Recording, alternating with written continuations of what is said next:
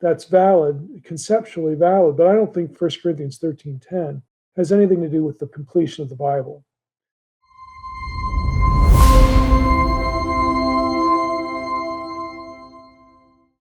I come from a cessationist background, and the way it was taught to us, and I'm still sympathetic to this in part, was they would go to 1 Corinthians 13:10.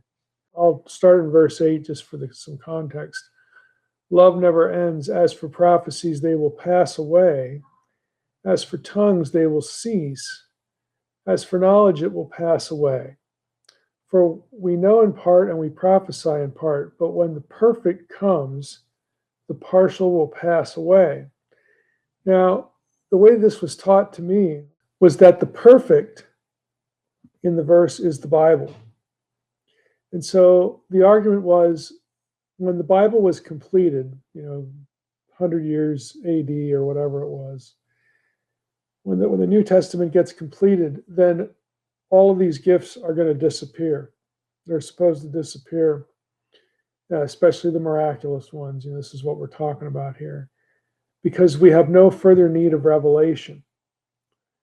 So there was a deep association between the gifts and the production or validation of Scripture. Now, again, I said I'm still in part sympathetic to this. I don't think we have ongoing Scripture.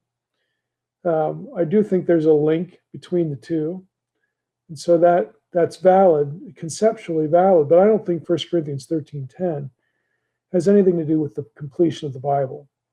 I think that was a complete misreading of that text. To me, it's more obvious that it refers to the age to come, the ultimate experience of the new heaven and new earth.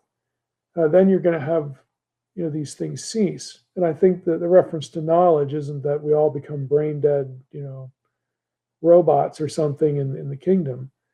I think that's a reference to, again, special spiritual knowledge, secret knowledge that would be associated with prophecy and stuff like that.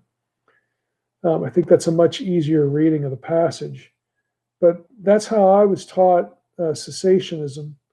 The second argument would be, again, as I was growing up in the faith as a teenager, was the craziness, and I think a lot of it is craziness today, of the charismatic movement. And so that became sort of an argument by abuse.